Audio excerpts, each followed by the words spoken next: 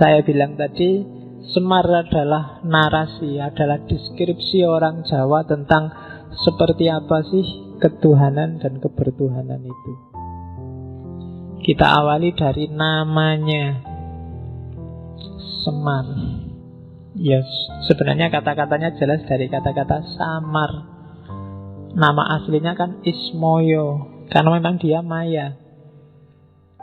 Bandingkan dengan Betara Guru. Betara Guru itu jadi kebalikannya Semar. Kalau Semar dia tidak jelas, tapi orang yang masuk ke situ dia akan dapat banyak mutiara terpendam yang luar biasa. Di balik Semar ada banyak hikmah. Kebalikannya Betara Guru. Kalau Betara Guru saudaranya itu kan gelarnya Manik Moyo. Manik Moyo, manik itu mutiara.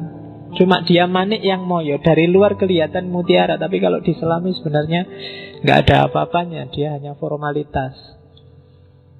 Maka kalau sedang gegeran, Betara Guru akan kalah kalau Semar sudah marah. Jadi karena memang levelnya beda. Semar ini misterius. Kalau Betara Guru itu jelas, tegas. ABC-nya kelihatan, mana halal, mana haram jelas. Tapi kalau Semar ini misterius. Misterius itu kan lebih menarik daripada yang jelas dan tegas. Oke, kamu juga gitu. Jangan jadi orang yang gampang ditebak. Rodok misterius sidik gitu. Kalau orang gampang ditebak itu cepat selesai. Pacarmu juga cepat bosen. Jangan mau gampang ditebak. Kalau hati-hati loh, pacarmu selingkuh. Alah, tenang aja, nggak mungkin selingkuh. Aku sudah ngerti. A sampai Z dia itu tidak enak. Orang dikejar-kejar itu karena misterius.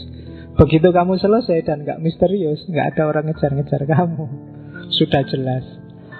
Oke, Semar, Maya, jadi Ismoyo.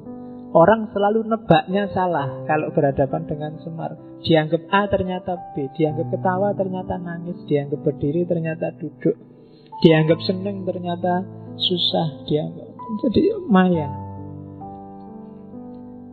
Oke, itu dari sisi sosok dia. Tapi dari sisi fungsinya dia sering disebut Bodronoyo. Bodronoyo, Ki Lurah Bodronoyo. Saya lupa, di Facebook kelihatannya banyak yang pakai nama Bodronoyo.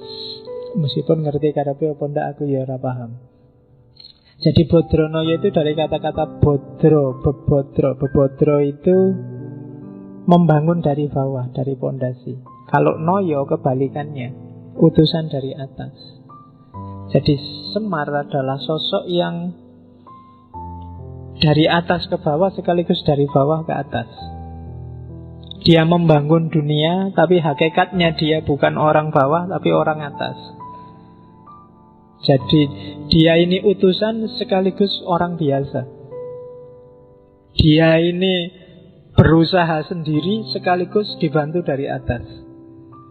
Makanya Semar Bodronoyo. Dan tidak mudah jadi semacam ini. Orang biasanya salah satu. Kalau kiai-kiai, para ulama, para wali itu biasanya noyo, nayoko. Dia dapat ilham, dapat wangsit dari atas terus jadi. Atau kayak kita yang awam itu biasanya bodro. Kita dari bawah, belajar sendiri, nyari hikmah sendiri, sinau sendiri. Tapi kalau Semar dua-duanya. Dalam banyak cerita bahkan Semar nantang kahyangan. Itu kan nantang yang atas. Namanya akan disebut Semar Gugat. Jadi Semar Gugat itu Semar tidak terima kalau ada skenario dari para pimpinan dalam tanda petik termasuk Betara Guru yang di kahyangan yang tidak adil.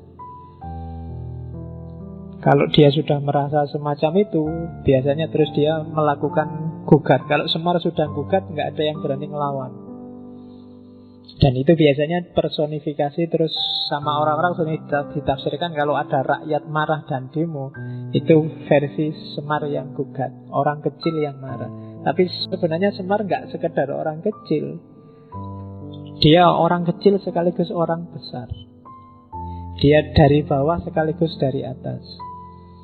Itu filosofi namanya Semar.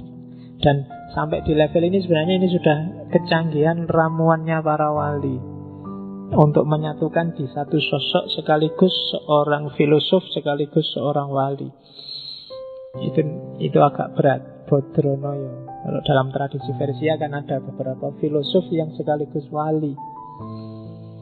Filosof ketika berhadapan dengan manusia, di hadapan Allah dia seorang wali. Ya mungkin kenal model-model Ibnu Arabi, Jalaluddin Rumi dan kawan-kawan. Itu bisa digelari Bodronoyo. Dari bawah ke atas sekaligus dari atas ke bawah. Dan itu seperti apa hakikatnya pasti misterius, susah ditebak, makanya digelari Semar.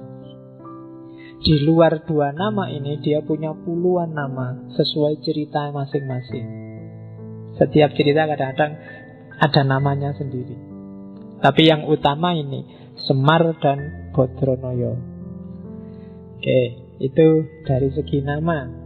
Sekarang dari segi fisik. Harus pakai kacamata sekarang. Jadi coba cek gambar itu. Kalau narasinya Semar itu bukan laki-laki, bukan perempuan. Meskipun selama ini kesanmu selalu laki-laki ya, karena dunia ini agak patriarkal, seolah-olah Semar itu cowok. Sebenarnya dia tidak laki-laki, tidak perempuan.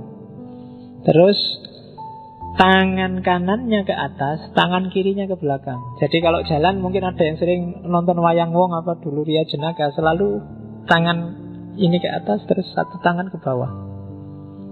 Kamu bisa bandingkan dengan tarian Whirling Derwishnya Rumi. Itu kan juga satu tangan ngadep ke atas, satu tangan turun ke bawah. Itu simbolisme bahwa kita tunggu anugerah dari atas, tapi kalau sudah dapat, pada saatnya harus kamu bagi ke bawah. Jangan egois. Ilmumu, pengetahuanmu, kemampuanmu, bakatmu, kapasitasmu, itu semua kan pemberian dari atas. Cuma jangan berhenti kamu nadong ke atas. Pada saatnya kamu harus ngasih ke bawah. Dan itu simbolisme Semar versi Porowali. Terus yang ketiga, dia anak-anak sekaligus tua. Wajahnya sangat tua, tapi dia punya kuncung sehingga kesannya kayak anak-anak.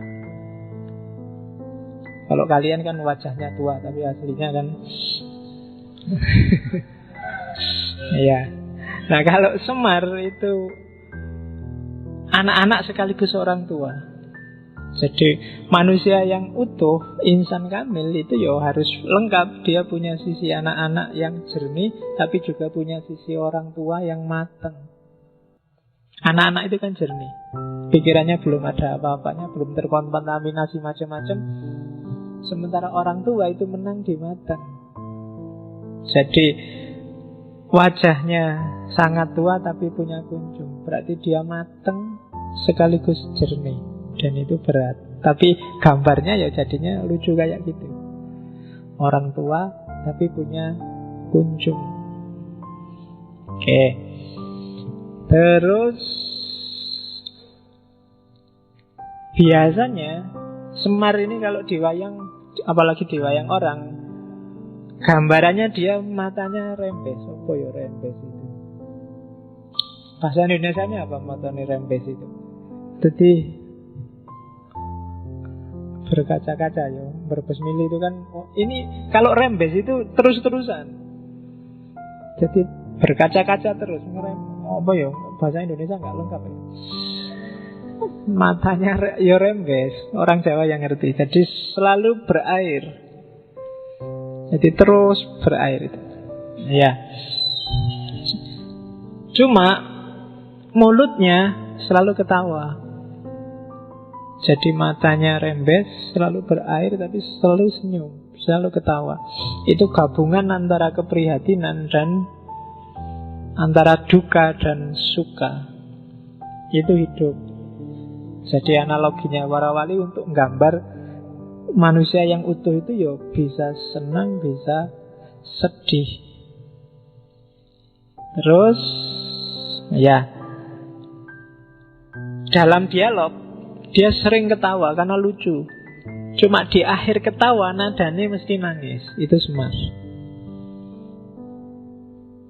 Jadi paradok.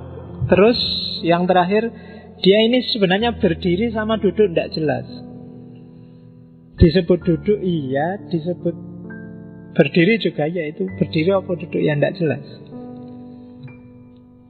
Jadi kalau di Purwocarito tadi, kenapa kok bawahnya besar sekali? Di seratnya Ronggo Warsito ada cerita bahwa 3 saudara ini, Togog, Betoro Guru sama Semar, satu ketika rebutan siapa yang berhak ganti Sang Hyang Tunggal. Akhirnya lomba siapa yang paling cepat makan gunung. Jadi lomba mangan gunung.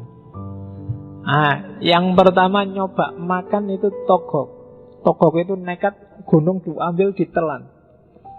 Cuma karena nggak muat terus bibirnya robek panjang itu. Makanya bibirnya terus robek. Nah, Semar yang ngerti, itu nggak bisa. Kalau ditelan berarti bibirnya robek. Akhirnya yang enak dimakan dikit-dikit aja, yang penting habis. Dimakan dikit-dikit, cuma resikonya terus perutnya jadi besar luar biasa. Sebelum Betoro Guru ikut perlombaan, ketahuan sama bapaknya, terus dimarahi dan diusirlah ke bumi. Itu versi Islam Jawa tentang Semar. Cuma ini sebenarnya ingin menggambarkan dia ini antara berdiri dan duduk itu tidak jelas. Makanya namanya Semar. Dia samar, dia maya. Setiap bagian dari dirinya itu sebenarnya simbol-simbol luar biasa. Dia punya banyak makna. Itu simbolisme fisiknya.